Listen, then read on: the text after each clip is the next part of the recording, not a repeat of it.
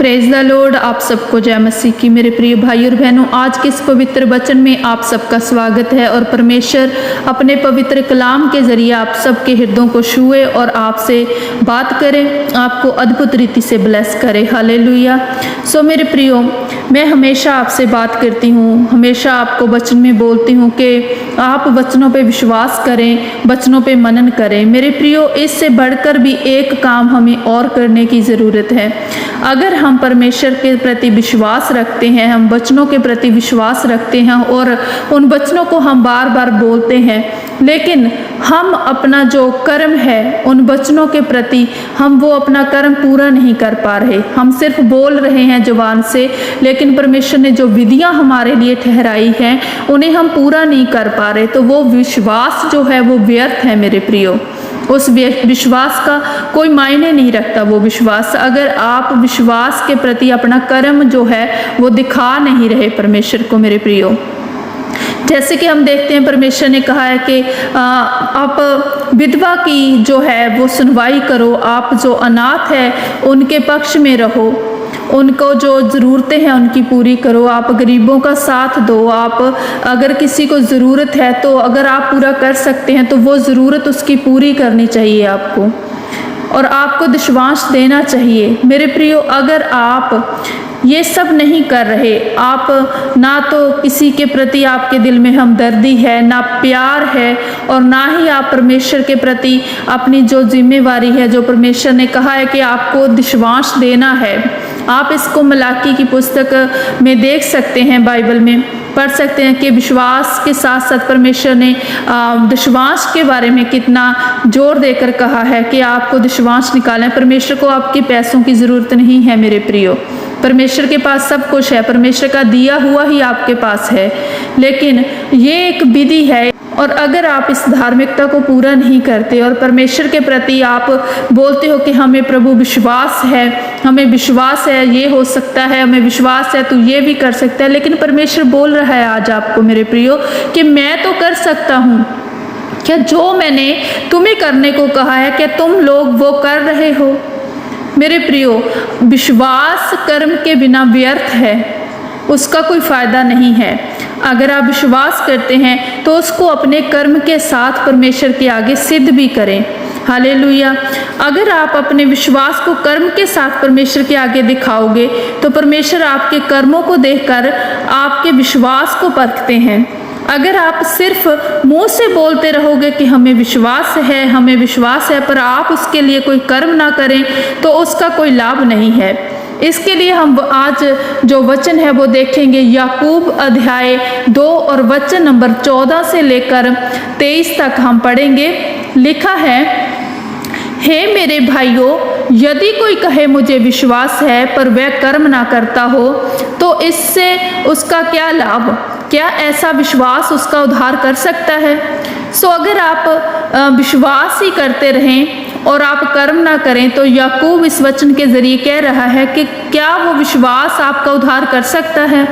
यदि कोई भाई बहन नंगे उखाड़े हों और उन्हें प्रतिदिन भोजन की घटी हो और तुम में से कोई उनसे कहे कुशल से जाओ और तुम गर्म रहो और तृप्त रहो, पर जो वस्तुएं दे के लिए अवश्य है वह उनको ना दो तो क्या लाभ? सो मेरे प्रियो, इस वचन के जरिए हमें उदाहरण देकर याकूब समझा रहा है कि अगर कोई आपके पास भूखा नंगा आता है और तुम उसे ना तो खाने को दो, ना उसके शरीर को ढकने के लिए कोई कपड़ा दो, बल्कि मुंह से बोल दो कि तुम कुशल से रहो, तुम गर्म रहो और तृप्त रहो, क्या वो उचित है कि वो मतलब सही है आपके लिए? वो आपका बोलना क्या कोई लाभ लेकर आएगा? जब तक तुम उनको कोई हेल्प नहीं करते, जब तक तुम उन्हें खाना नहीं दोगे तो वो कैसे आनंदित रहेंगे, कैसे अंदर से तृप्त होंगे? जब तक तुम उनके शरीर के लिए कोई कपड़ा नहीं दोगे तो कैसे वो तृप्त रहेंगे, कैसे वो कुशल रहेंगे? और वो जो आपका बोलना है वो व्यर्थ है अगर आप उसके लिए कुछ कर नहीं रहे हो।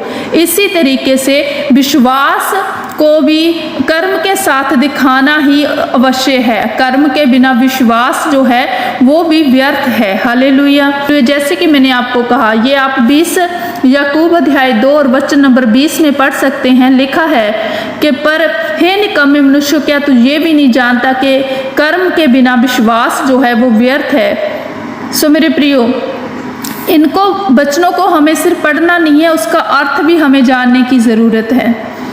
सो कर्म करना बहुत ही ज़्यादा ज़रूरी है और कर्म के साथ ही हमारा विश्वास परखते हैं परमेश्वर। और आगे भी वचन नंबर 21 में लिखा है, 21 से लेकर हम 24 तक पढ़ेंगे। जब हमारे पिता अब्राहम ने अपने पुत्र इसहाक को वेदी पर चढ़ाया तो क्या वह कर्मों से धार्मिक न ठहरा था?